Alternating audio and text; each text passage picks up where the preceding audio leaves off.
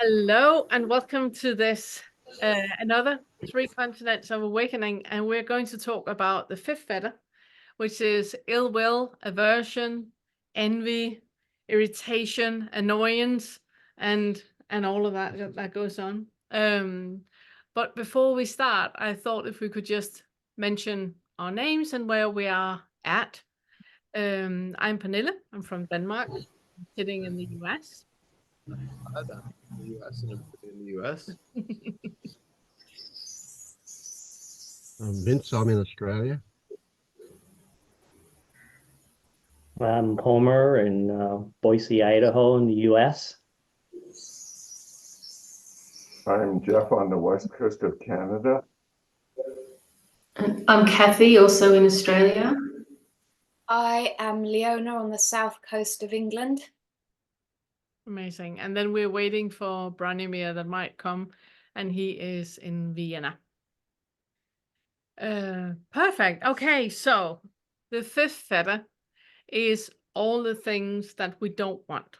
It's all the things that when we experience identification with something that is happening, and we had an expectation about things happening in a certain way, and then they do not happen like that, and then we have that physical, visceral experience in the body where we start either, right away to blame, shame, complain about other people that they shouldn't do like that or be like that, and they should understand and all of that.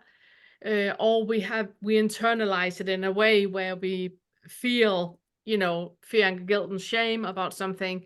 And it's just that very, very thick feeling of things should be different. I have an aversion or annoyance or irritation to what is happening, and I want something else. This is not how it should be. So obviously for a lot of people, the fifth fetter is a huge, huge one. And I was thinking that where we normally have it, where we take one at a time and talk about your own personal experience about it, I would love to hear you guys' experience of the fifth fetter, of how it used to be, how it's now, what you still struggle with, but also to have it more like a conversation, like a ping pong between us, because I don't think that any of us are very heavily invested in the fifth fetter anymore. I might, assume something wrong here. I don't know. So yeah, go. Jeff, you go first. I know you have to leave for a meeting. Thank you so much for being here, even though you have a meeting. Thank you. But you go first. Yeah. Okay. So how it used to be is I was triggered easily. I was annoyed easily. I would put up defenses to prevent feeling something, or this came up in interpersonal relations with friends in particular. And what's changed for me is there are many things that are just fine that used to be very problematic. So I have a friend who is very well, he's very extroverted and very passionate, and what concerns him is the only thing in his awareness, it seems. And he would often interrupt me or talk over me or ignore what I said, or and that used to be a real impediment. I used to judge him. I used to basically, I was putting an impediment in the way of relationship. And one day that changed very suddenly. And I saw that he's just expressing who he is, and it's completely impersonal. That it wasn't a judgment that I wasn't worthy to be heard or anything like that. I just got out of the way. And as a result, I don't have, rather than judging him negatively, I appreciate his personality. I see the gift that his way of being in the world is to people, and I'm not taking it as a personal slight. And it's really beautiful, and it's led to much more closeness and much more connection. And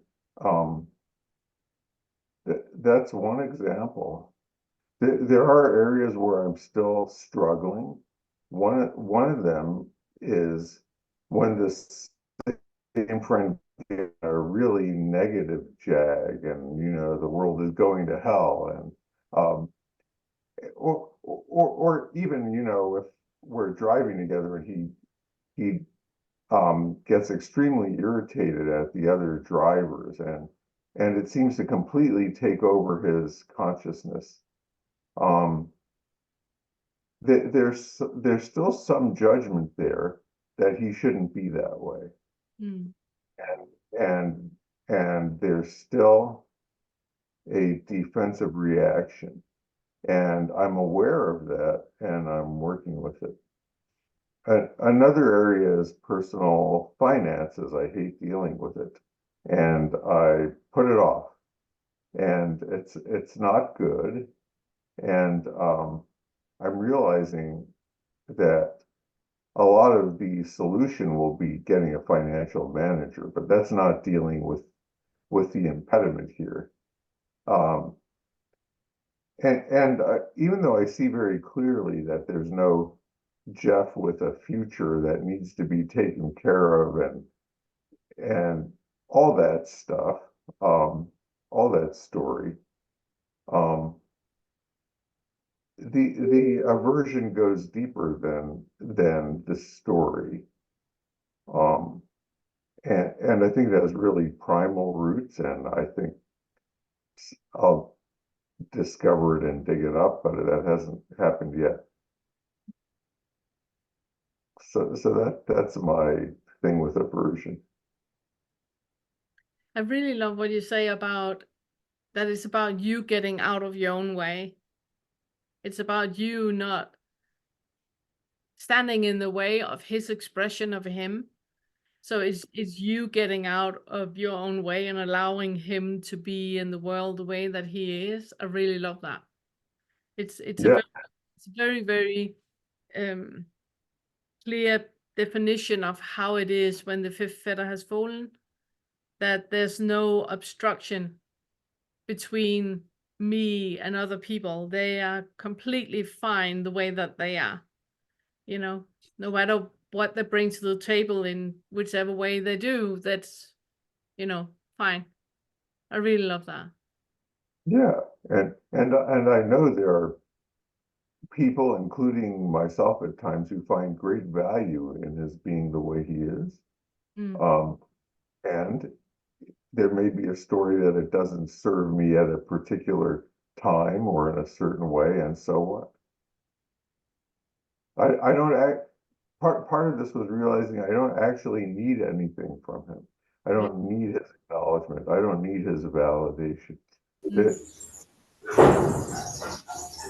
There's nothing I expect or need, and so the friendship is very free.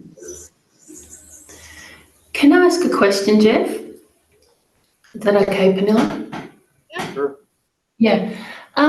So in that situation where your friend is, on a roll about the problems in the world, do you, and you say, that you've really come to, or not come to, but you appreciate him as opposed to having, a strong reaction to him. Do you still feel the sort of bodily sensations of whatever aversion you had and the appreciation, or does the bodily, is it all just kind of clear and there's only sort of appreciation and positive things about it? Yeah, so in the case where he's talking over me or interrupting or whatever, There's very little bodily sensation. There's mostly appreciation. I have to remind myself sometimes. And in the case where he's talking about the ills of the world, there's a pretty sudden and definite body sensation. And at that moment, I don't feel appreciation. But afterwards, I can still appreciate because that passion to make things better is a valuable thing in the world. You know, his particular expression of it seems problematic to me, but still there's a passion there, there's an energy, there's an interest, there's an involvement, and those things I think are valuable. Did I answer your question? Yeah, I was interested because I have so much less reactivity than before. And one thing that's shown up is how I can have those bodily sensations like a clench, and they're not linked to what the person is doing or saying or what's going on, but they are still there. That, you know, it's like I can be in this situation where someone, you know, might be talking away about something or in a way that, you know, I may have become annoyed about in the past, and it doesn't get projected onto them at all. I can see that it's not linked at all, but it is still there as a clench or a, you know, just a set of sensations that I think in the past could have jumped over into annoyance, but that doesn't necessarily. I do still have this low-grade irritation about things going on, but yeah. So I was just interested to know whether that had gone, that still the bodily sensations were now not there. Yeah, and I can even enjoy the person who otherwise might be have been annoying, like, you know, if I'm interrupted by someone talking to me for ages at work when I'm trying to get something done, you know, instead of kind of having this underneath it all, it's like there's a clench in my chest and the person's talking and I'm quite enjoying them and what they're saying at the same time as there's this you know, echo of the I suppose you might call aversion in there. Well, actually, don't call it aversion anymore. It's just an echo of that reactivity. Yeah. I have a question about that, Kathy, to you, because what you talk about is like, it's like the thing that I feel I'm talking about all the time. It's like my favorite topic. It's that connection to the body, you know, that like there's that feedback loop that we talk a lot about, that when you really, really slow down and you feel it, somebody's saying something, and then you have like that bodily sensation, then you might release the part about, and you might get out of your own way, and you might be completely fine with people being in the world the way that they are, but that bodily sensation is still there. Could you talk some more about that? Do you know what is underneath that? Yeah. Well, this has been one of the discoveries, I suppose. So, and it's obvious because there are other situations that could have been, let's say, triggering, that just there's no bodily sensation, there's no reactivity at all. So when it's there, it's quite obvious. And this is, I know in this group, people have heard this story so many times, you must go, oh God, she's going to talk about watering the garden again. But it became clear one day when I was watering the garden and I had this same sense of irritation in my chest and, you know, these negative thoughts going through my head about, oh, you know, this is never going to work, I can't do this. And then all the solutions to, you know, because this is living in a dry climate, I mean, oh, we have to get a sprinkler system set in, and oh, when's that going to happen when, you know, we're busy with this other thing? How much is that going to cost? Blah, blah, blah. And it just went on. And then, you know, one day I just stopped and observed the fact that there was that sensation, that clench in the chest, and no link to the water going into the ground, no link to watering the garden. So, okay, then let the thoughts run a bit from it instead of just being, you know, staying with the sensation, so to speak. And it comes down to, like Jeff was saying, there are maybe these more primal things. They're often about, in that case, was about control. And other times it might be about approval, like, you know, being part of the herd, not getting kicked out of the herd, that sort of thing. So they do sort of, it does kind of resolve into something kind of deeper. One other thing has been, yeah, I've had to, and then that's the movement of the sensation. It's like then it's allowed to move or something, because it is moving anyway, but it becomes less sort of solid once those things get revealed. Yeah.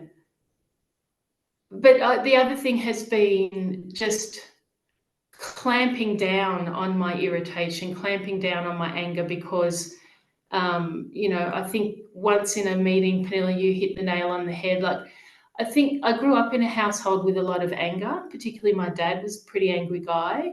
And we never really learned how to manage our anger, like, you know, as children. And so lately, even with this irritation kicking around, just about the other day, I was getting a coffee and, you know, it was just taking so long. And it's like, you know, the person who was taking the order had to almost write an essay on the screen instead, you know, like, so and before I would have kind of gone, I would have felt the anger or the irritation and tried to not let any thoughts happen. And so that kind of reinforces the clench in the chest. Yeah. But lately I've just been going, it's okay, like they can be there inside me, so to speak, like as in not expressed to the person at all. And so I sort of just let it rip in my head a bit, like, oh my God, get on with it. Oh, why do we have to have these systems these days where it's like writing an essay just to put a simple coffee order in? And, you know, but I did that deliberately just to, it's like you have to give things a bit of permission sometimes, or have a welcoming attitude to even get to the bodily sensations. And then it can become clearer. Yeah. You know, the thoughts and the bodily sensations are also not linked, even though it can be really, like, it just seems like a fact that they go together. Like giving a bit of permission for that stuff to run and sense the sensations, they weren't even unpleasant. No, You know, exactly. it was like, you know, this is all about getting out of suffering. Well, I wasn't suffering just with that, whatever was going on as I stood and waited for the coffee order to be done. Yeah, So yeah, I love you bringing it up, because as I said, it's one of my huge, you know, things that I always talk about, that feedback loop that happens with a bodily sensation, a cleanse that is happening, that is giving a thought, and then a thought is giving a body sensation, and that just goes like that. And there's so much identification in very, very subtle ways in both of them. And when we get our own way and we just allow it to be there, we can see that thought is just a thought, nothing about that. But the bodily sensation is always about something that has not been experienced, that was not allowed to be experienced. There was no space in my childhood to have this feeling, so I can allow it to be here now. And just like you wouldn't, you know, punish a child or, you know, correct a child, you would just, you know, be with it and, you know, laugh about it, or, you know, like you did, going like, oh, let's have a little complaint about the barista there, you know, and there's still a smile to the barista, and not anything about needing to be different, anything, but you just feel that contraction in the body that just only needs to be felt, just like the thought is not true, the bodily sensation is not true either. It's just something that comes up that needs to be hugged and kissed and loved and met with compassion and kindness and, completely fine. I'm here. Say what you want to say about the barista, and then we can laugh about it together. It's like that loving, kind space that the body just needs us to have. So I love your bringing it up. I It's totally very, agree. I totally agree with both of you. I think the body really needs to be allowed to feel what it feels. Yeah. And it's so circumvented in a moment of reactivity. Yeah. And to slow time down in those moments is incredibly difficult, but it takes practice. And if you can't do it there and then, you can rehash the whole thing later when you've got some space. And just really allow the sensations to be there. Allow the story to be there first if you're rehashing the whole thing later on, just to bring the sensations back. The body is never wrong with the sensations. And when you really, really go deeply into the sensations, and everything can be resolved from that point, and you recognize that there is no story in the sensations, it's just sensations, and there's then absolutely no connection between that and the scenario that caused the triggering. And it's basically always about, it's absolutely nothing to do with the other person. It's always about some trauma or some need in oneself that has never been met. Yes.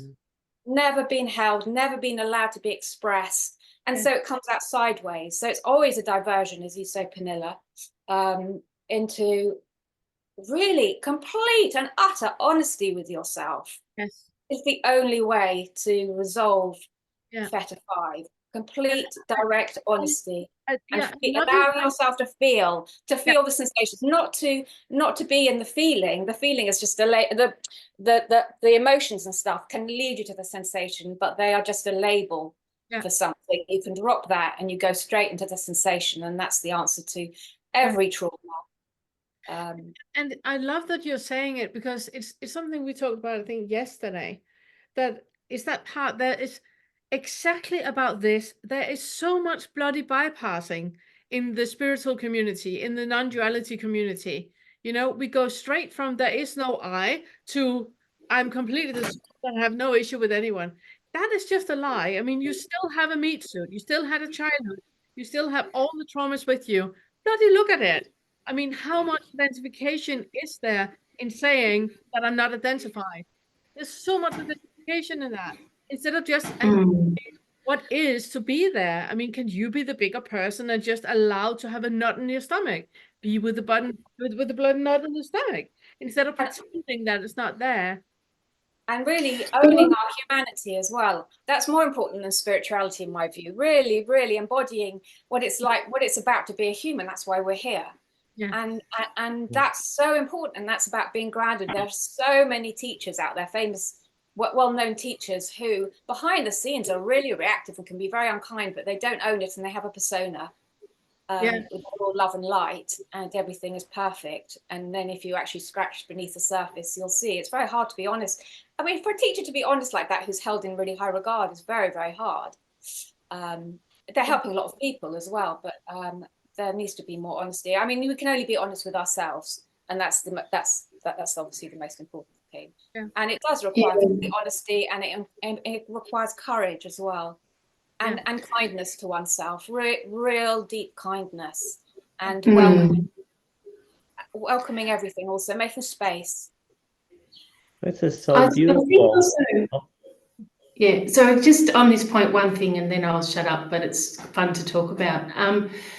I think the other thing I became aware of, and that thing about connecting with sensations and just really going into the body, is that itself for me at times was, maybe still can be, but I think mainly was a bit of a bypass in a way as well. It's funny to say, because I discovered like a bit of an agenda by connecting with the sensations to change them, like to stop something that I was considering to be unpleasant. There's a really key step for me in recognizing that push-pull element, which is sensate but different to the sensations, that because it sort of showed up the not wanting element.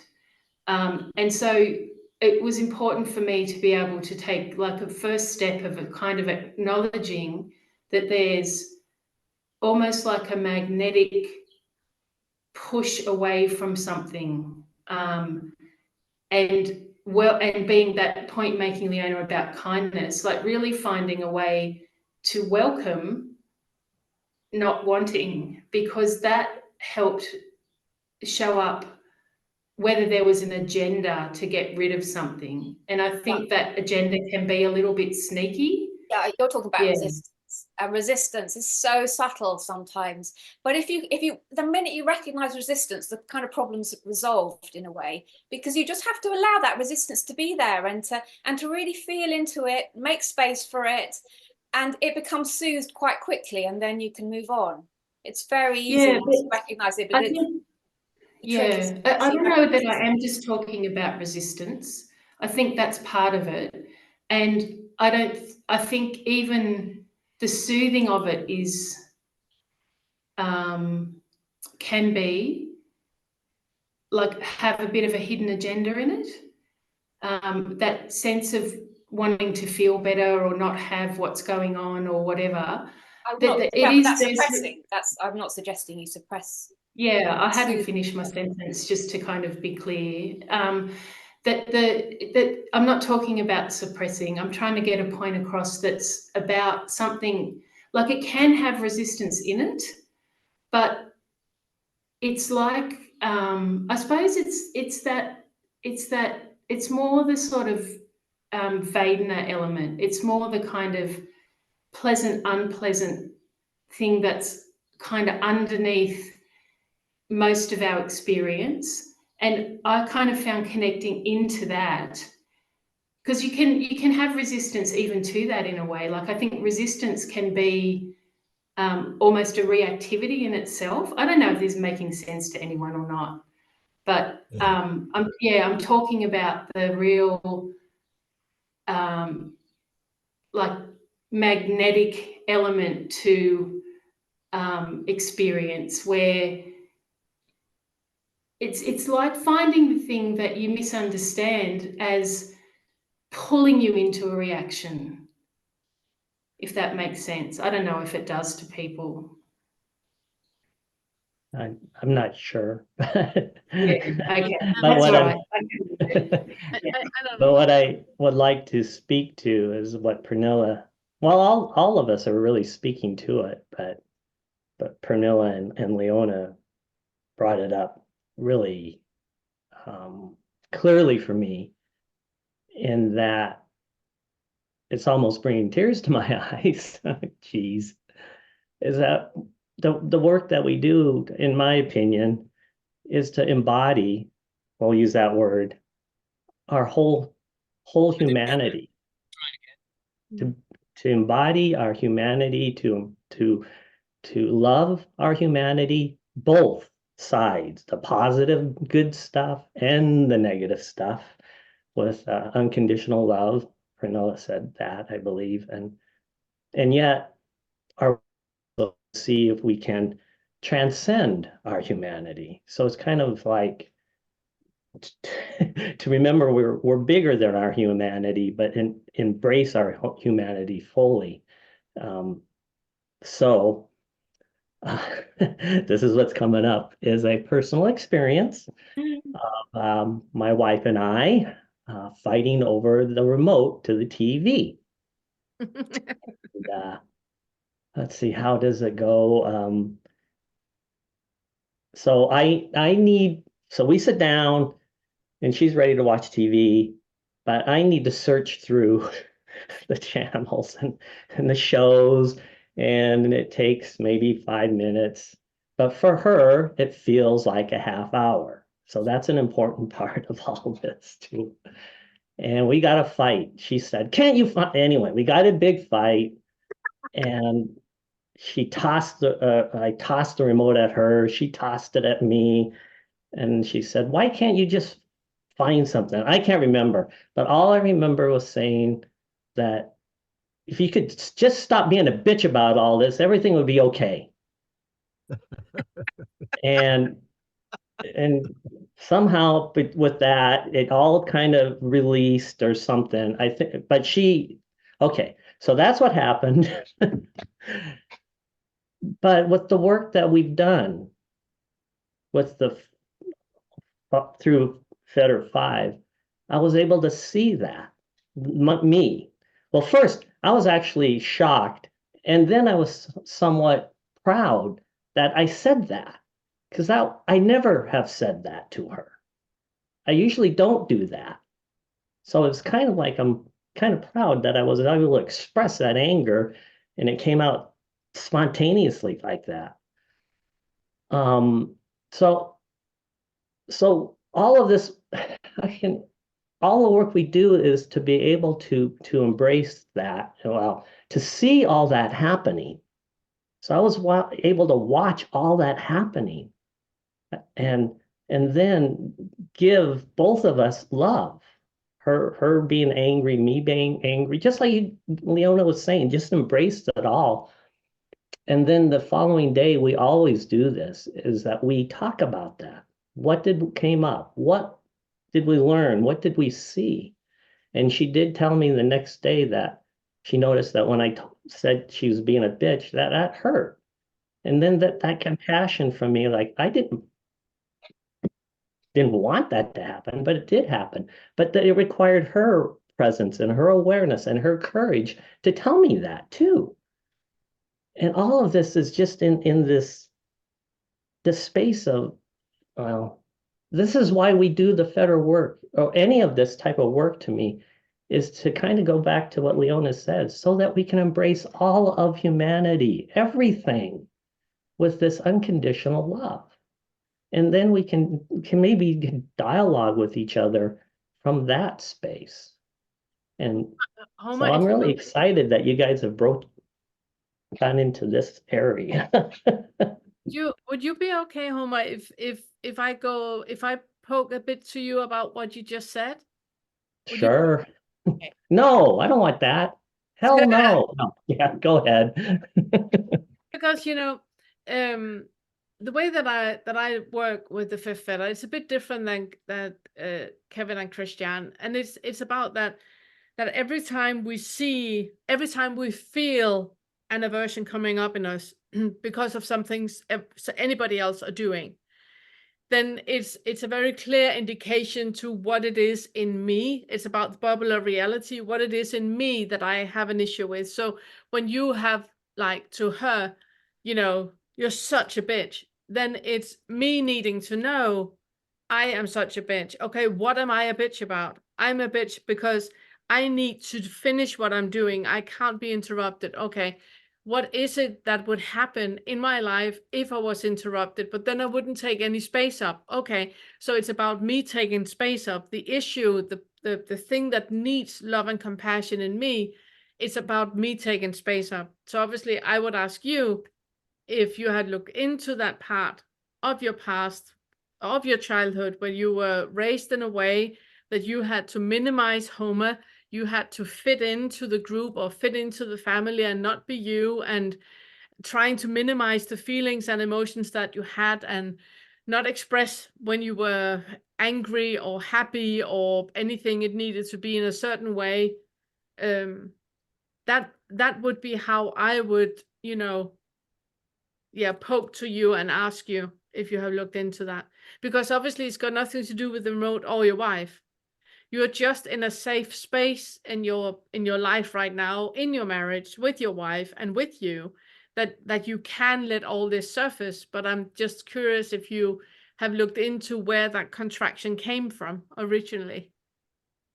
Well, we did, and that was what happened the day after. We sit down and we look at that. And as far as I got with that is, again, that the thing that's coming up right now was, don't tell me what to do. That energy. Yeah. So that is a minimizing energy. I'm feeling minimized. Yeah. Use that word. Yeah. So how are you minimizing yourself in your life at the moment? at the moment. Yeah. Where in your life are you feeling minimized? Is it at work, or is it how you are with you? Are there something that you would like to expand in yourself that you're not allowing to expand at the moment?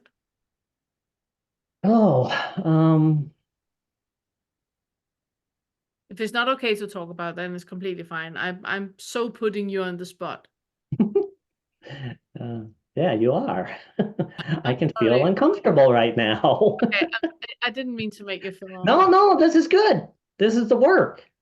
So let's sit with the uncomfortability.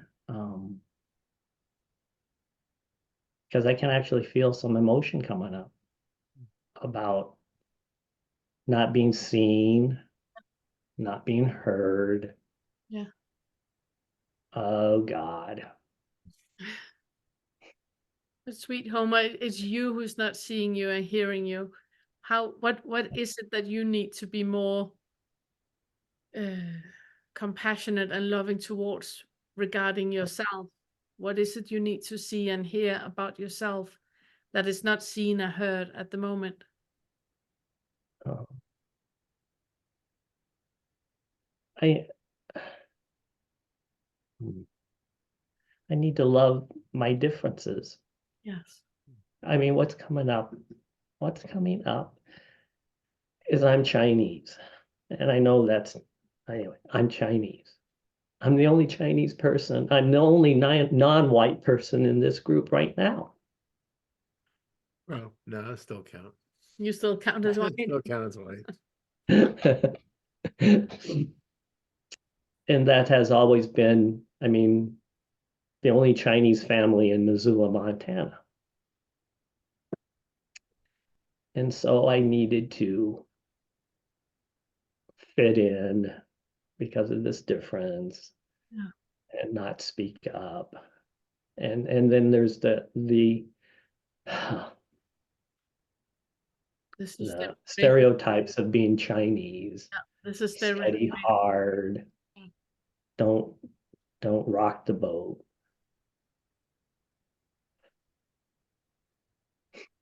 Don't get angry. Yeah. So that's why part of me was proud that I was angry and was able to express it. Yeah. Those things. And so for me, I need to just love. Again, that's why I love what you and Leona have said. And I need to remember the unconditional love that's right here, right now.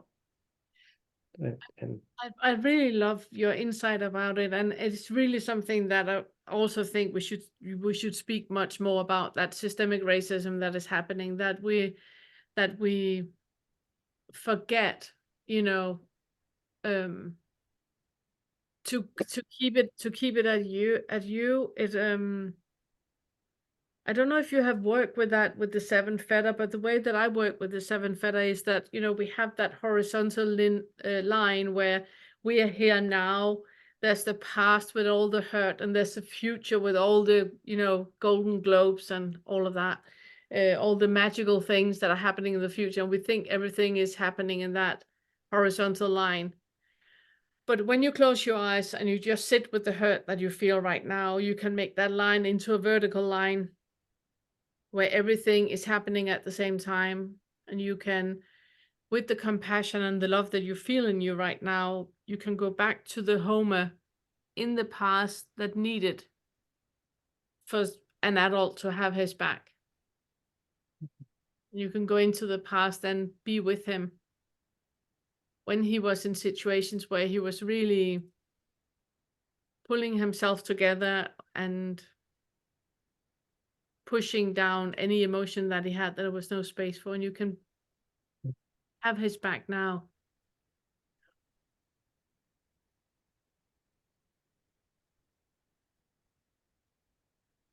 well, I'm just okay. It is. You're okay. We're okay. I'm okay. Yeah, I'm absolutely. okay. Absolutely. Yeah, and also tell him that you might not feel it now and you might not see it now, but everything is absolutely fine. Yeah. It'll be fine.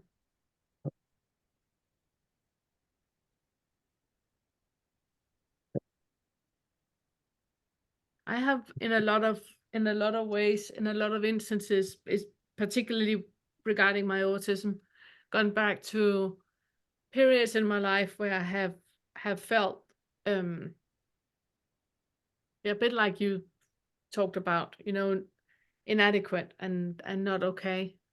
And then been with that part of me and just told her, it's completely fine. You don't know yet, but the feeling that you have right now, there's a really, really good reason to that. You are autistic. You don't know yet. You don't know that your brain is different, and you don't know why everything feels so confusing in this group of people you're with, and it has just helped a lot in being the adult that I didn't have at that time. I mean, if I had had this adult then, and it's basically that what I'm doing when I'm working with the seventh fetter and going from the horizontal to the vertical and being with whatever in time, because time is just man-made, it's just part of the delusion. Right. But part of the work for me is this, just what we're doing now. And I know, and this is what but it's my heart's so full is because I know you guys love me. Absolutely. I know that. I just know that. Yeah, absolutely. And so doing this work in a safe space is important. So telling yourself that you might have been, ostracized, you might have been pushed outside of groups, and you might have been bullied and all of that, but you will end up collecting people around you that absolutely love you for who you are.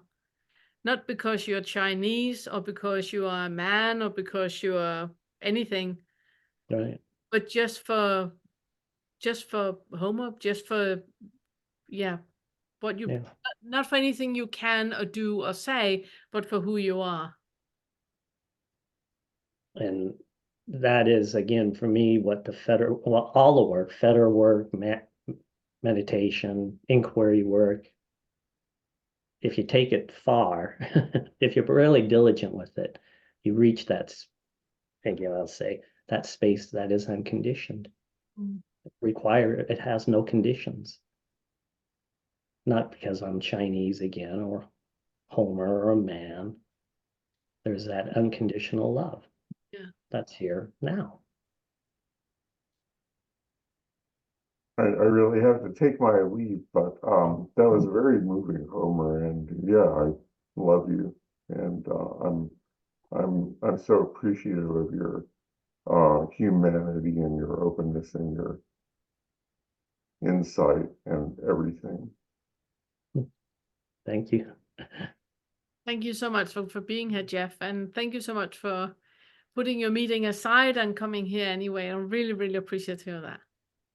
Yeah, Thank you. I'm really glad I was Yeah. able. So good seeing you. Bye, everybody. Bye. Bye. Thank you. Yeah, do you want to I say? was gonna say Vince, because Vince Yeah, has to go. Vince has to next, go so shortly. Yes. Did you wanna? No, I don't. Oh, okay. Yeah. Well, what I have on is the Fetter group next. So we're kind of all here anyway. And Yeah. that conditioned love. That there are conditions. I don't know if it's conditions. It's an interesting way to put it. I love you, Homer, because you are the way you are. And so we can say, oh, well, that's just Homer, But here I am identifying you. If you were a nasty, ugly-looking person, I probably wouldn't feel the kind of love that I feel for you. It's because you are the way you are. That's conditioned love, isn't it? I mean, I maybe that's not supposed to be that way, but I'm doing your identifying for you, and I'm saying I love your personality. I love your openness. I love the way you are. It's the way it's specific to you, and that's why I love you so much. If you were a horrible person, I probably wouldn't feel this way about you. And well, you're looking at me, Pernilla, like horrified. What's going on?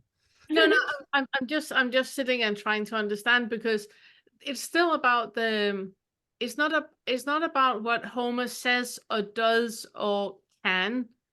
You know, it's not conditional that way. It's about the person he is. It's that when Homer is Yep. just sitting and being Homer. I mean, I have never had a conversation with Homer where the word love has not been uttered.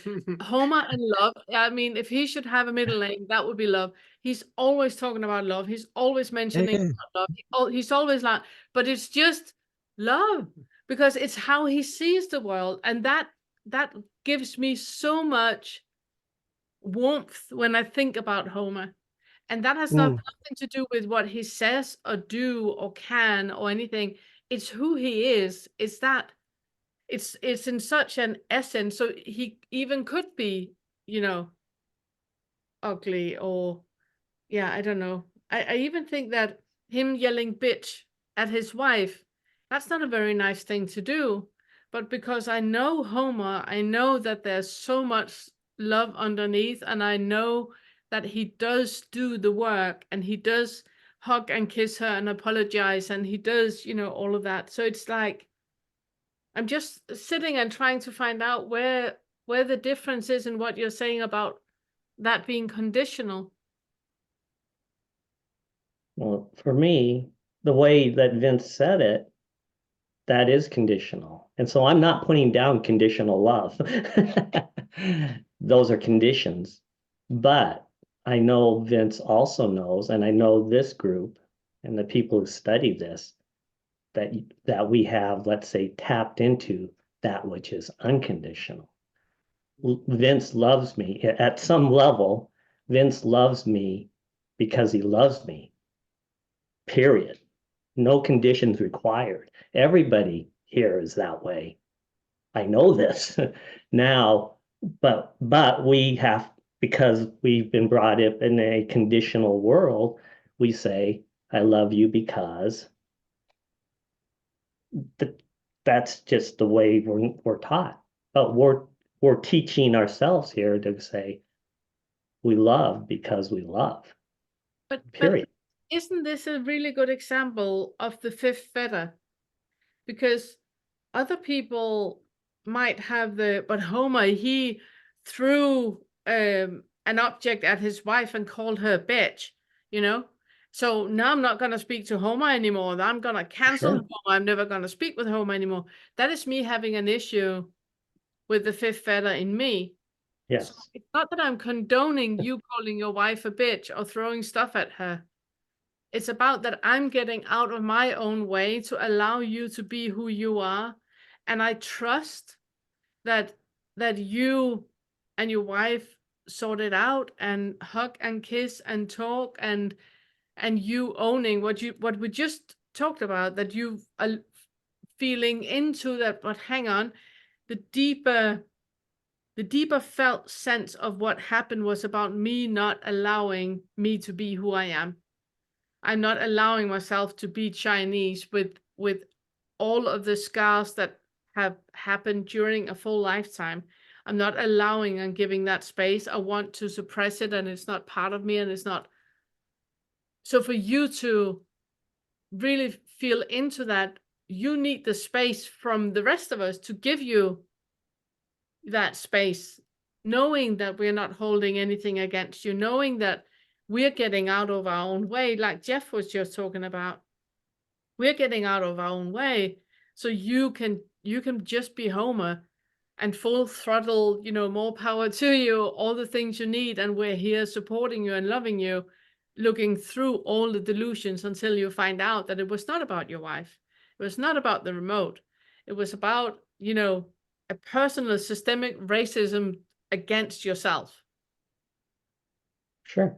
I mean, that's the work. That's what I'm saying, Exactly. is that this group has done the work to get through all these conditions. Yeah. And actually experience, if that's the right word, and be that which has no conditions. That's it. Everybody here has done that. I know this. That's why we do this. Now you got to, then this is what Leona said. Now that you know what unconditioned love is, go practice it. Not just here in this group, do it out there. And that means you're going to get angry and you're going to get bashed because nobody knows what unconditioned love outside. I mean, that hasn't done any of this work. It's all conditional. I love how you put words in my mouth, Homer, and it's always like adding more love to what I said. Well, you're the one that said, yeah, the unconditioned love that I'm speaking of embraces everything. If it didn't embrace everything, it would have a condition. It would limit itself. That's obvious, isn't it? Now it doesn't, it's not a feeling. Because like Vince says, that's true. Vince loves me for this feeling of love is for me with my personality or something. He loves his wife with a different feeling. But the unconditioned love embraces both Homer, his wife, this group, the mailman, Trump, to just throw that in. Thank you for that. I mean, this love embraces everything. And it takes the work that we do here to, it's not find it, to uncover it. Because it's here now. It has to be. So it brings up for me, it's something that mulling around in here as you're talking, and that is that it's almost as if the expression that happens is separate from what the foundation is underneath, or not separate, but different. Unique. So yeah. So if you're a horrible, ugly person, I can't even bring myself to imagine that. All right, let's move it across to Trump as a perfect example of a horrible, ugly person. Sure. There is it's hard to identify love for my idea of that man, but easy to identify compassion for him. You know, he had no control over becoming the way he was. That was his circumstances that he grew up in. Mm-hmm. And he's doing us a huge favor, giving us all this stuff to work with. But that compassion can we squeeze that in and say that is in fact a love for the man? So but what I would express is sadness, disappointment, Mm-hmm. that he is the way he is, and that he is affecting so many people in a similar way to be the way he is. He's like the bad parent who's passing it on to millions of people. But of course, they're already like that, those people, for the same reason that he's like that as well. So but do I love all of those people? Or maybe love doesn't need to be directed at a person. Maybe love is just a flowing out of this meat suit or something. I think Maybe, yeah, I don't know. I'm confused about it. Yeah. What I think it is that you need to zoom out and make the picture bigger. So it's not about looking at Trump and loving Trump and looking at the people that support Trump that are dressed up with, hiding their faces and walking around with gun in the streets and loving them. I think we need to zoom out more. And when I look at them and I feel a contraction in my body, it's that contraction that needs love. It's not it's not so much him as a person or them as people. It's the contraction in me, the resistance in me. Yes, which is there because of my story. Yeah. Yeah, it's my story about what that means and who Yeah. they are and the consequences that has, and it's that part that needs love and compassion in me. They don't need to change. They do them and they can do them as much as they want. It's the love and compassion for me and the contraction in me that needs love. That's beautiful. Yeah. Yeah. And then, in my opinion, once we start doing that work, we can actually, because you already just said, Vince, you know Trump's, let's say, history. That's why he's the way he is. And that's the way I grew up the way I was separate. I can feel into that. Then I can actually project that love and compassion towards him and still not like him. That's I don't know, seems pretty easy to do. I love how there's love again, but the many different faces and facets of what love is, which is partly what you're raising, I think, Vince. It blows me away. I think it's an amazing discovery to find that if you can not just love the contraction, but do what Penilla was talking about before of finding, what's kind of underneath the reaction, like the anger, fear, guilt, shame, whether it's control, approval, like in Homer's discovery about, loving his differences. And you can be specific about the thing that you're missing. It blows me away that you can give that to yourself. Yeah. That's actually love in action is, Yeah. well, if it's something about approval, for example, instead of just loving the contraction, but finding what's kind of underneath that, if is the best way I can describe it. And if it is something like approval, you can just go, well, can I give that to myself now? Sometimes the answer might be no, but and if you can, it's like, well, there you go. You've met this kind of need, or this thing that's sort of a driver for you somehow in the way you suffer in the world. It's incredible. It's also what we talked about, I think it was yesterday, that it's like underneath that, there's like a little bubble of identification on its own that has its own life that we can look into and really feel into that contraction where we go, but that is me. Says who? What exactly is it that is me in that contraction? And if you really feel into that and really unpack that, there's like a full little life in that. There's so much identification with so many different facets that is so subtle that we hardly can express how it feels, Yeah, Yeah, absolutely. I mean, you could use Trump, Vince, quite nicely as a good inquiry, because you bring up Trump quite a lot. So there's obviously some kind of deep identification with what you're projecting onto him, which is really a reflection of yourself. Yeah. Oh, Penilla hit the nail on the head so sweetly, so perfectly. One hit of the hammer drove the nail all the way home. That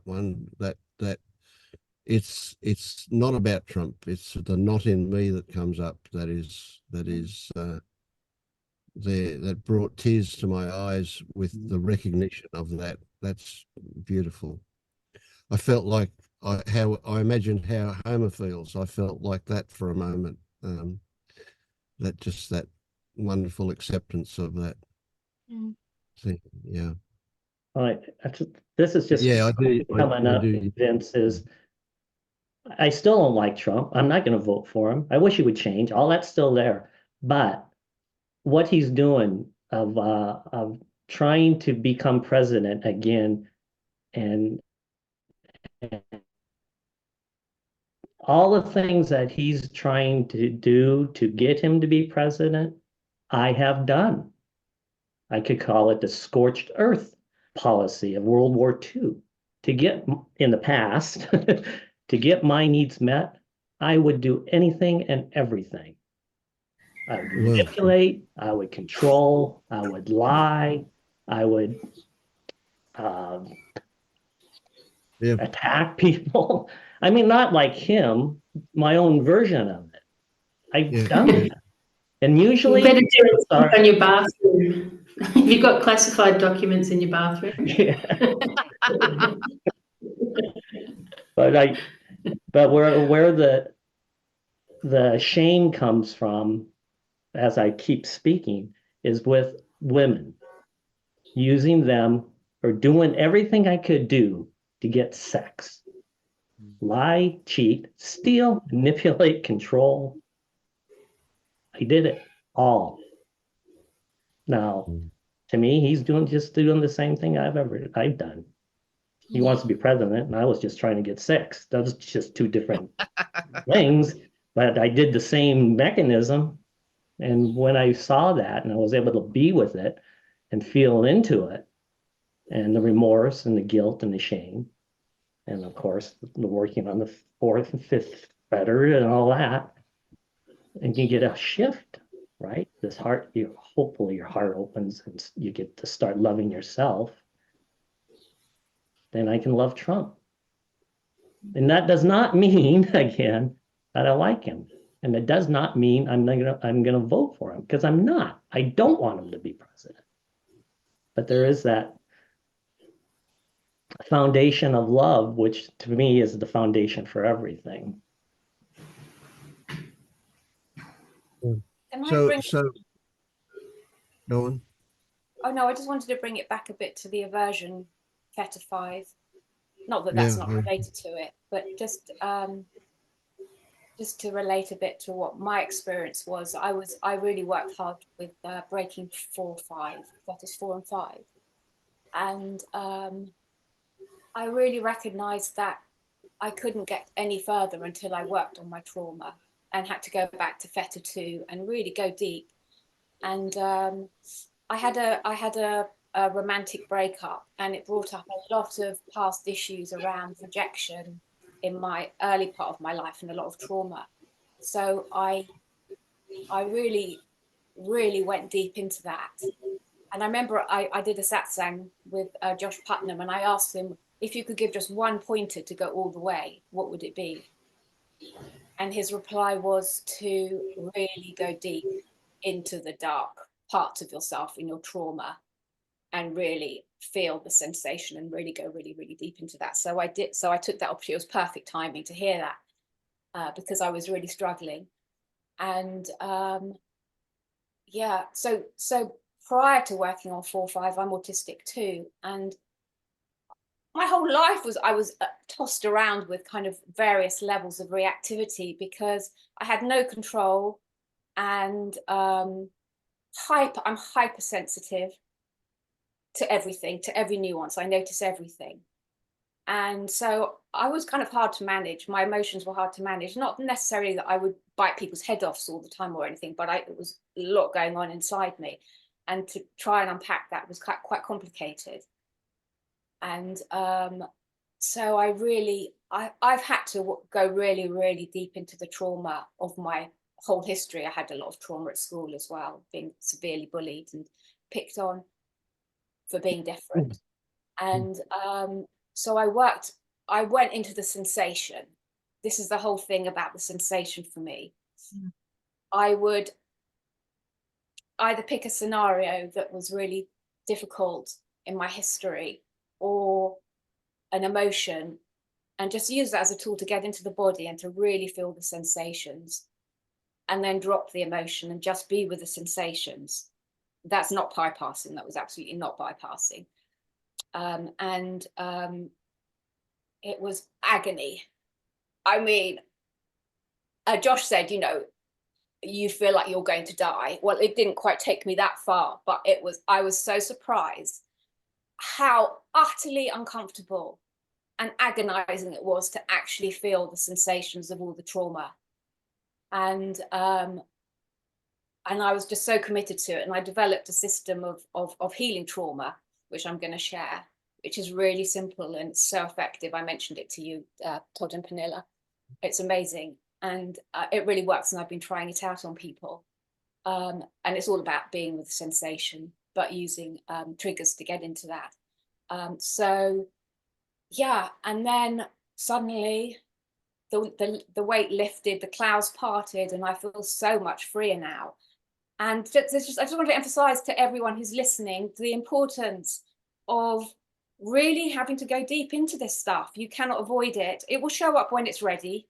Life gives you always what you need when you need it. It might not feel that way. And I totally trust in life. So it was absolutely right timing, always is. And whatever you need to know will show up anyway. And I mean, it released so much. And now the stories are just, they've all sort of collapsed in on themselves, the whole kind of history. And I just feel so much freer and softer and more flowy and fluid. And yeah, I'm so grateful that I had the opportunity to just do it. I thought I was staying with the sensations. And then I realized I was with the sensation, but I had to go much deeper into it. Really, you have to really dive in. You have to sink into it completely and feel it. Really, really fully feel it. And then something shifts, and you're not doing anything to change. You just need to experience it and be in it, and it just naturally will move. And it might take 45 minutes with one particular traumatic experience. It might take days, it might take moments, it just depends. And there's always something surprising that the body shows you that was very unexpected about the whole experience. That's really quite interesting when that happens as well. Like, oh God, I didn't realize that I had shame there about something, or all sorts of things can come up, but it was really enlightening and really necessary. And I'm all for people really when they're ready to really dive into that.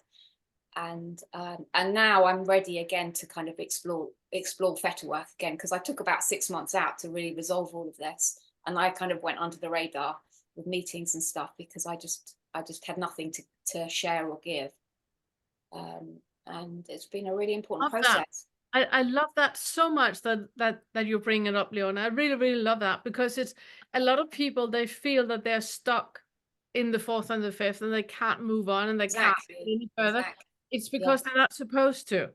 There's something that you need to feel. It's in your face. Yeah, you cannot avoid it. You need to make contact with the body. There's something that has not been felt. There's something that still needs to resurface.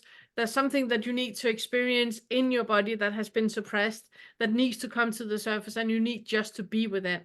And if you don't do that, you cannot move on, because then that will never, ever be felt. And it has to be felt, you know? It has to be felt. It has to be integrated, and then it's like having a load of files open that you can't close down, and they're just spinning constantly in your life. Yes. And you have to engage with them, open the file up, sit with it, be with it, welcome it, acknowledge it, feel it, and then something just sort of jiggles in the body, and it goes, oh, and it just drops, and the file's closed, and it can be put back in the filing system, and it doesn't need to even be opened again. It's done, and been there, done that kind of thing. And it is very much like that until it's all looked at and felt. It's what I say that, regarding, acknowledgement, acceptance, and understanding. And acknowledgement is just seeing there's something here. Accepting is just being with it and allowing it to be in the body and staying with whatever is there. And Todd, he's so good at in his inquiries to go into and twisting the feeling and looking into the feeling. What is that? And where's the identification in that? And how does that make you feel? And really look into all of that. And words can come up. Things can come up, words can come up. You can explore stuff. It will just show up. You'll open the file and other files will open up with it. Yes. But you'll be surprised when you actually do, because people can be very afraid of their sensations. If you really experience them, you'll discover something quite interesting about them.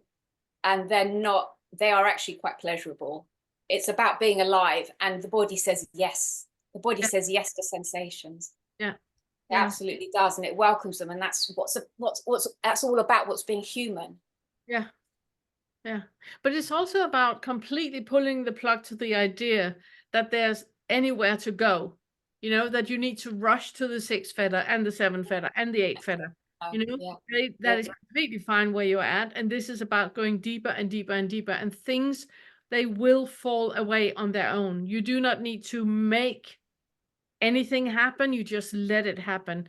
And the more you just stay with it, the more it will unfold on its own, and you will reach a new level of understanding on its own. You don't need to do anything about it. It's just allowing what is to be there. And just like you say, being brave and really just allowing whatever comes up to the surface.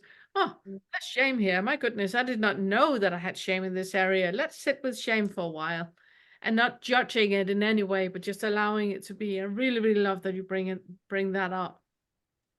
Yeah, all sorts of discomfort shows itself. And it's amazing when you can just say, okay, come on in.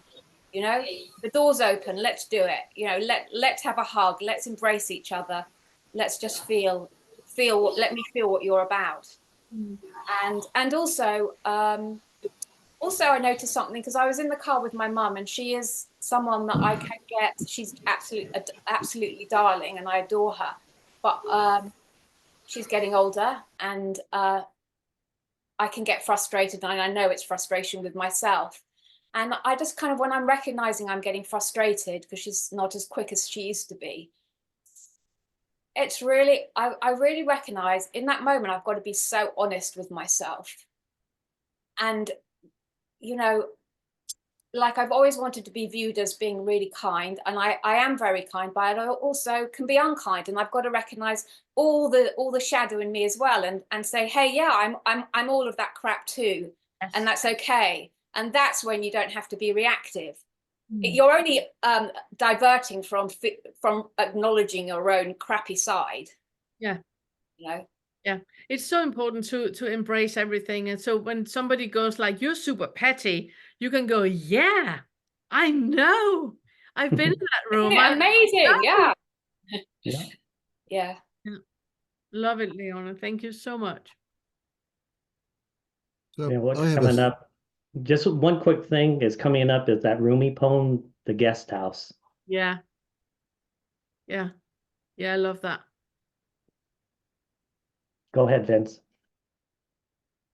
Yeah, I have a slightly different problem, and that is that I'm imagining that I'm lying to myself, that I can't be the way I imagine that I am. It's not possible for me to be how I imagine. So I recognize that no thought is trustworthy. That every thought I have is going to lie to me. It's just the nature of thoughts. But my body, it's not going to lie to me. And I can pass it off as just getting old, but my body is telling me things with this arthritis, this 24/7 pain of arthritis that is just there. And I even hesitate to use the word pain. I need to invent a new word, because from a traditional perspective, it's painful. At times more painful, at other times less painful, but it's painful. And it's just a nagging ache that a lot of the time I'm not focusing on, so I don't feel it. But it's always there as soon as focus comes back to it. I went to the doctors a couple of days ago after having been to pathology, and I was diagnosed with diabetes, low-grade diabetes. So not severe enough to need insulin, or not severe enough to need even Ozempic, but severe enough that I need to do something about it. Yet I have a relatively good diet. I don't, I probably do eat too much sweet stuff. I definitely like my sweets, but I attempt to keep my sugar levels down a bit. Obviously not enough. So I fill myself with how much sugar I'm taking in, or how much carbohydrates I'm taking in that get converted to sugars. When I say I think I've got a fairly good diet, obviously that my diet's not good enough, or I'm not exercising hard enough. I don't know. So my body's telling me that things aren't optimal. My head says, well, that's probably reasonable given your age and That's bypassing.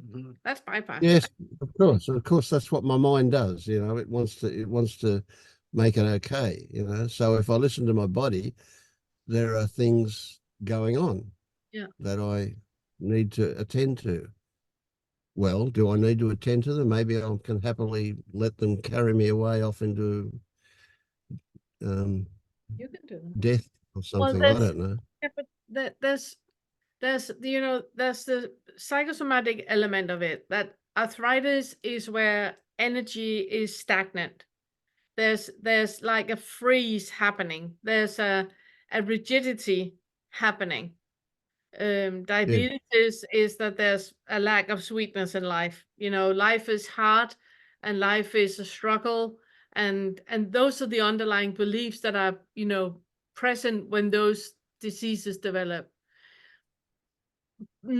Full stop, new chapter, completely new book, different page, and all of that.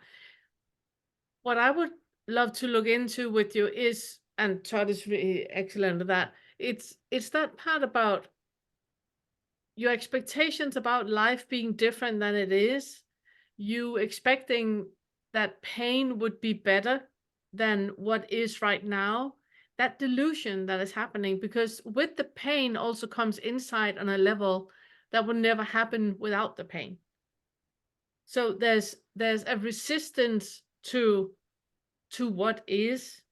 There's this idea that there's a parallel world where Vince has no pain, and that parallel world is so much better than this world where Vinci has pain. Do you want to do that? I mean, you just did. No, That but was really you good. did better. You did better. That was great.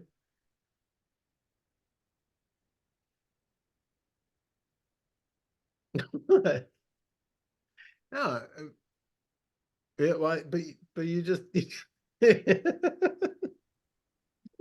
She just turned the switch on, Todd. You better go. yeah, no, but you're right. I mean, you said it, that there's just a parallel thought going on that, like right now I'm sitting here and I don't know if there's a nerve being pinched or something, and there's this shooting going down the leg, and ordinarily there would be this, okay, this is just pain, like I have to move and do something about it. But as you've been sitting there talking about that, I've just been sitting here just kind of feeling this, what if you take the label pain off of something, you just end up with initially uncomfortable sensation. And then when you look into that, is the word uncomfortable even applicable to it? You just have sensation, you just have something that's this thing. But what you were getting at is that there has to be some sort of resistance to it where you feel like, I don't want this pain here. And the only reason you could think that is because there's an idea that you could have a moment without the pain. There's a memory of a time when your arm didn't hurt. And there's a thought of a future where maybe your arm won't hurt again. But right now, this moment is being set in comparison to the memory of how it used to be when your arm was all nimble. And basically, I mean, that's the funny thing, right? Like your arm probably when it felt good just had no sensation at all. It's never like your arm has been like, oh my God, I have the best feeling arm ever. Like this is just amazing. It's just you don't notice. Look, I watched, we went out for tea last night and I watched a waitress pick up a plate with her right hand, and I was so envious of her ability to do that. And she didn't even know what she was doing. Yeah. She picked up these plates to take them away, and I'm just so, wow, wouldn't it be great if I could do that? That was so, There's your comparison. it was a really poignant moment to watch her do that. Yeah. Perfect. You used to be able to do that without thinking about it. Now you Yes. very much would not take it for granted if you could do it again without pain, but it's reflecting on, I know I used to be able to do that. She can do that. I wish I could do that again. And then that sets up your expectation of how this moment should be. Not that this moment as it is with an arm that has sensation going through it and maybe does not function as well as picking up a plate. So this is back to me fooling myself, because I imagine that I accept it for the way it is. Yeah. But I'm lying to myself, obviously, because my body's telling me I don't accept it. I am resisting. Yeah. And I can't believe my thoughts that say, "Oh, you're okay with this, Vince. You're accepting it." Yeah, I Because mean, my body's saying, bullshit. well, yeah, and watch the, like you said, in the body, check for resistance, other places in the body that seem to be tightening up in resistance to that unpleasant sensation or that sensation in your arm. Notice if you've got that going on, and if you're tightening up in your butt or your legs or your chest, or something else creating that felt boundary,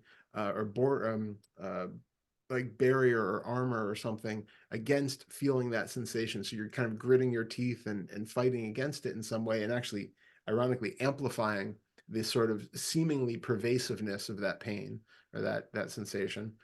But if like you said, if the thoughts are saying, I'm fine with it, then check your actions around it too. What are you doing to try to relieve it, or to distract yourself from it, or to that's really where the insight is, that, oh, okay, I'm okay with it, but I'm shifting constantly, or I'm going to move it, I'm going to rub it, and I'm going to smoke some weed, or whatever the thing is that is the kind of balm for it.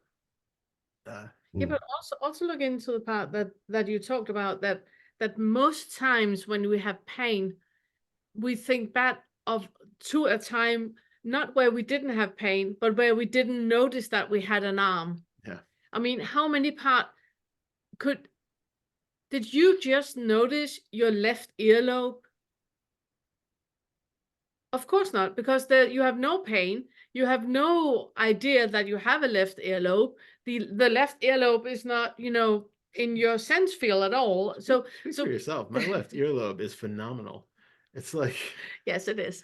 So, but what I mean is that we have this idea with the body that when we don't feel the body in any way, we're content.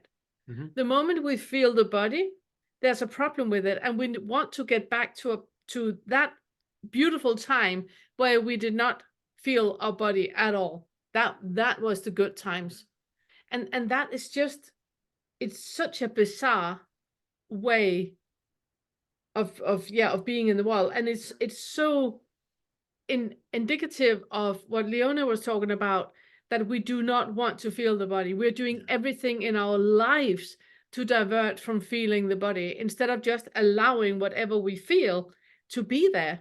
Welcome it. Oh, here you are, pain. Amazing. Thank you. Welcome, welcome, welcome. No, just be curious. Just be curious about your wrist. If you had I am curious. And one of the things that appears to be happening, for example, I've stopped playing golf.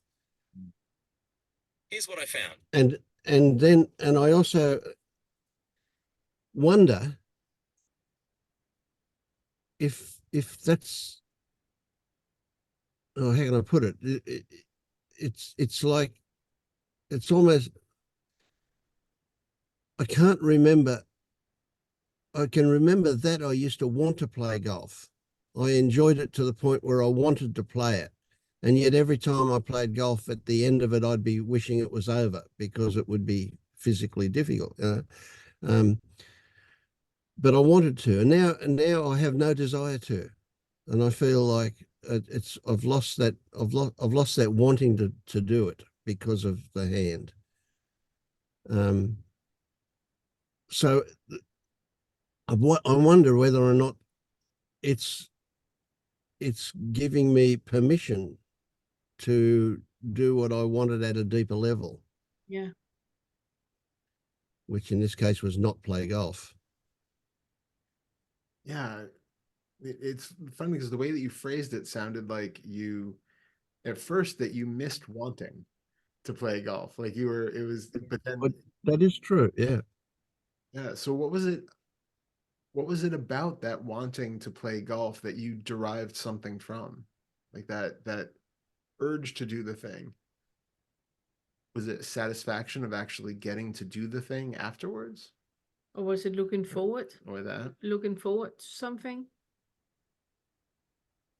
Yeah, it could be that looking forward thing is definitely so. For a large part of my golfing history, there was an idea that I would improve. And probably for the previous, I don't know, 12 months of my golfing history, there was an acceptance that I'll probably never get better than what I was at doing it. But I still enjoyed doing it. There was no fight about that, but there was an acceptance that I probably wouldn't improve. So the fantasy of getting better and better was a big part of well, most of it, except for say the previous 12 months or a couple of years. I don't remember how long. Yeah. I'm also bringing the part up about looking forward to something, because that's usually part of diabetes. That life is, sour grapes. If it wasn't only about this thing I'm really looking forward to, then there would be nothing enjoyable in life. So it's more about the looking forward to than actually doing that is the reward. Just like you often talk about Yeah. that those studies So that show that we look more that we get more out of looking forward to a holiday than actually being on the holiday. yeah, sure. Yeah. So where the juice is for me in looking forward at the moment, please take this the right way. What I'm most looking forward to is affecting more and more and more people, helping people wake up Yes. more and more and more. Yes. That's where there's some excitement there, and there's certainly a looking forward to that.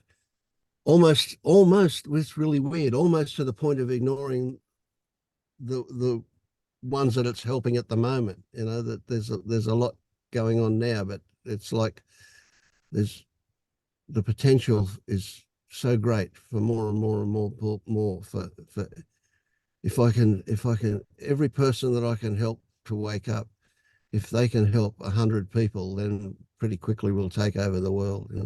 It's Kind exactly of what we're always saying that we're saving the world one awakening at a time. Yeah. But it's not one waking at a time, because if I've helped 100 people over my time, and each of them have helped 100 people, That and was each of them have helped 100 people, it's pretty quickly escalates, doesn't it? sorted. It's Yeah. exponential. Which Yeah. is a great ambition, but I think, it's also good to look into what the motivation is for that. That, if is there some attachment to it, that if tomorrow you couldn't do it anymore, how would you feel about that? It's hard to see. You say, how would I feel? And I don't know if you realize that you're saying, how will I feel? How will I think about that? It's okay. That's just the way it is. But how will I feel? I have no idea. Feel was the right word. Like, how would Yeah. you? Into Yeah, the body, yeah, into the exactly. body, with having a purpose, getting up in the Well, I morning. can't imagine. So you're asking me to imagine something, and I can't do that. I don't know how I would feel. I imagine that I will feel fine, but I recognize that that's just my imagination. I don't know how I'll Yeah, feel. and also you're too quick, because right now you can feel into how does it feel to have the people right now that you're helping and you see they have huge potential, and you have a feeling when you think about them, you have a feeling, and then you Oh, it's wonderful. I feel like crying. Yeah. yeah, exactly, and then you detach the thinking of them and just stay with that feeling that you have in the body. That is your answer. That is your answer. That feeling of vulnerability where you say that I can just start crying right away. Detach the thought and just staying with that vulnerability of being part of something bigger, that yeah, that sense of belonging, that sense of unity that is in what we're doing, because there's a huge feeling of unity and love in what we're doing.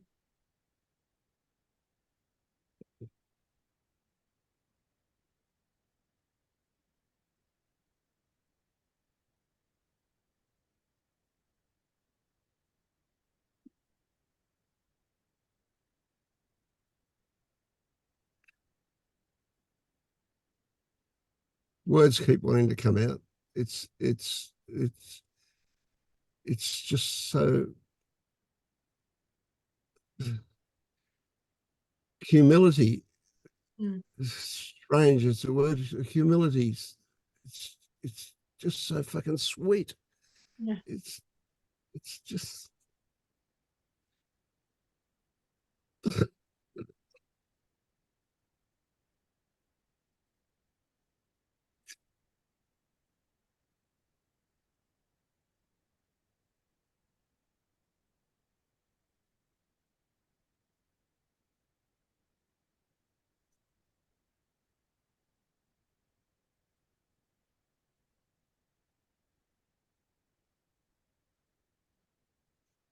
You know what's really weird is there's a melting feeling, and while I was doing that, I was aware that my hand wasn't hurting at all.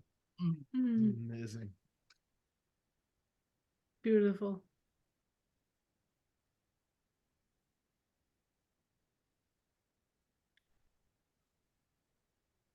Oh, what a mystery!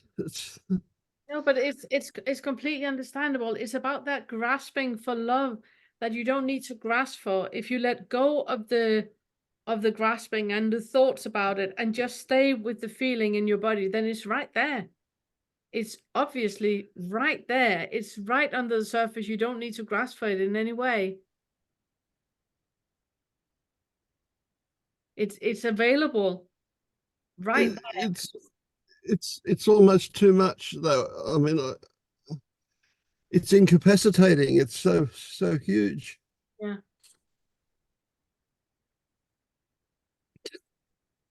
And what we talked about earlier with Leona, it's that part of being brave enough to rewrite your entire Vince history of who you are. You know, the identification of who Vince is, and all the stories and all of the fear, anger, guilt, and shame, and all of that, rewriting all of that goes out the window when you let go of the thoughts and let go of the grasping and let go of all that, and you just sit with that huge love that is just there. You know, that feeling of unity and belonging, and that is way beyond words, but it's just such a profound feeling. And the It entire doesn't story feel like away. it doesn't feel like unity or belonging. It feels like annihilation. Mm.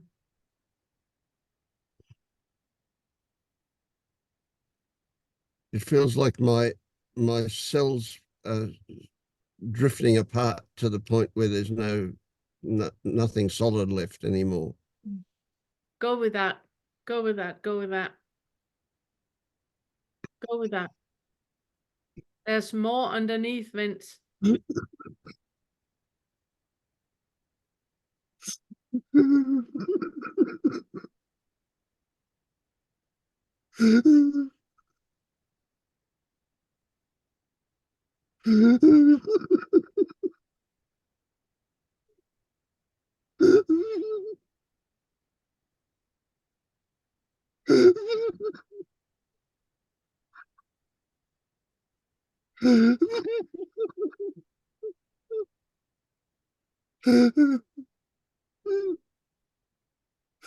Oh, it's so beautiful.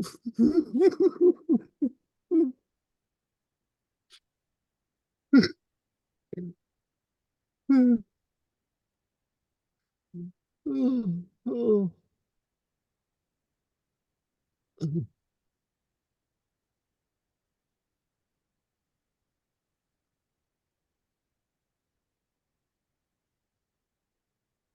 Mm. Oh, then there's a pain in my temples, Mm. trying to stop it. Yeah, just allow it to be there. Can you be in a body that has pain in the temples? If you close your eyes and you don't define it as temples, do you feel how it's just sensation floating in space? If you don't define the temples as temples, Mm. you feel how the body's, and you're sitting with your eyes closed, that the body's just dissolving, and there's sensation in space that might be defined as pain. But if you release the label of pain, it's just sensation floating in space. Can you be with that sensation floating in space?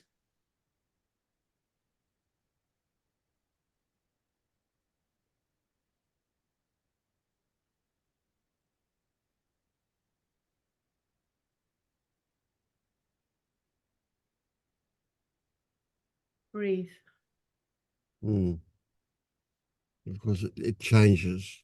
Yeah, it does. when It does. yeah. It does.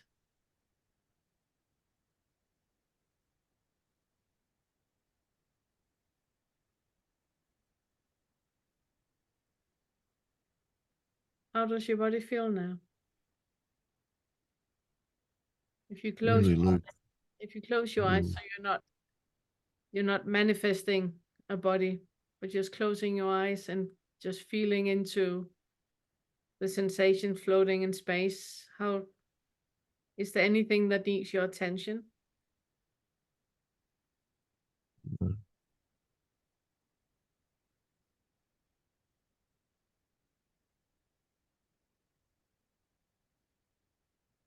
It's like I need to engage my mind again to make my body solid again. Yeah, you don't have to. You don't have to.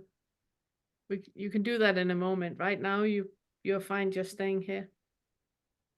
Mm. So when I say that the only feeling is contentment, is there anything but contentment that needs to be looked at? Mm. No, it's pervasive. Mm. Well, even that's not the right word, because I there's was just no. about to say contentment is such a square word where it's not at all the experience. Mhm. It's what comes closest to the experience.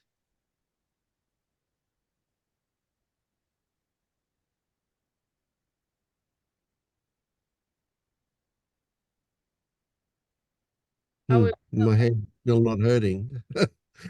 fun. My hand is still not hurting. Isn't it? Yeah, I was just about to Yeah. ask you. Yeah. Mm.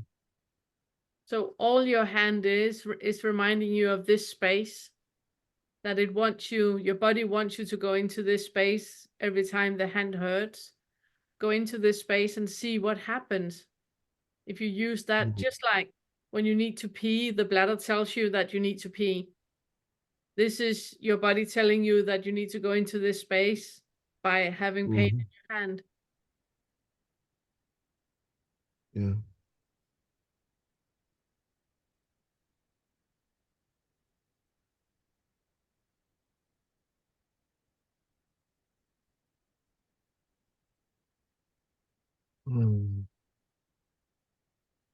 When I bring my vision into focus, it solidifies the body again too. Yeah. It's why there's a huge advantage with having the eyes closed, because it's easier to dissolve the body. The delusion of a body only happens when we have the sight, the vision, Mm. solidify it. The moment we don't have the vision, it's easier to dissolve the body, the delusion of the body.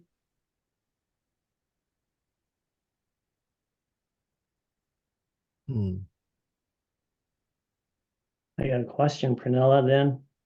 I mean, the practice that Vince just did, to really truly embody it, when one want to do it even with the eyes open. It's difficult with the eyes open, because Sure. with the eyes open, you have all the delusions that are Sure. reaching the brain, and the brain is part of the meat suit, and the meat suit is here. So Right. it's kind of like we're stuck. It was like if you were a bat, you would pick other stuff up, and that would pick up every time you had the sonar on. So it's just like it is easier for human being meat suits to really get in contact with what actually is, and that dissolving of the delusion of a body when you have your eyes closed. I agree. However, So what Vince did,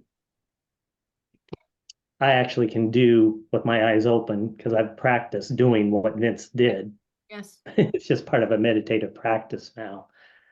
And what Vince did, well, for me, again, it was reaching that space, to use that word, again, that has no conditions. Yeah. It just is. Yeah. The purity of just this moment. Yeah. And now all the feelings and all the words that came up to describe it, like beautiful and all that, to me is all secondary. But Vince, and to me, all of us have had that direct experience of just this, the purity, which is right here, right now. Yeah. So that's why, at least for me, when I practice what Vince did with my eyes open, it just helps to remember it's here, right now, even with the eyes open. That's all. And it takes practice. It took a lot of practice. So it's also a really nice practice. Could you draw the curtains? Yeah, it's getting very dark. Yeah. It's also a really good practice in allowing what is to sit with the eyes open, doing the just sitting with the eyes open, where whatever comes up and whatever happens and whatever, it's just absolutely allowed. It's just like a flow that is happening with sight and sound and smell and taste. It's just happening, and there's not an I that is experiencing any of it. It's just experience. It's a great exercise, 6 Fetter exercise. Right. And I think, well, I don't know. So now we're moving into 6 and 7, right? Yeah. Six Fetter is next time. Yeah. So we can, anyway, thank you.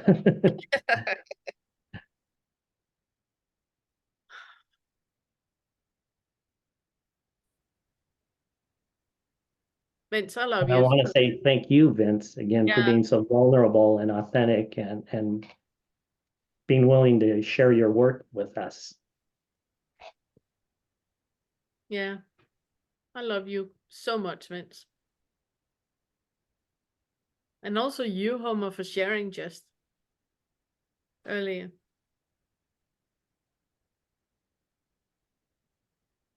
Well, is that it? Vince, you have a meeting to go to. Oh, it started 20 minutes ago. Yeah. Yeah, I popped up a note to say we were running a bit late just on the Facebook page. Thank you. So plenty of time, Vince, if you want to not run away.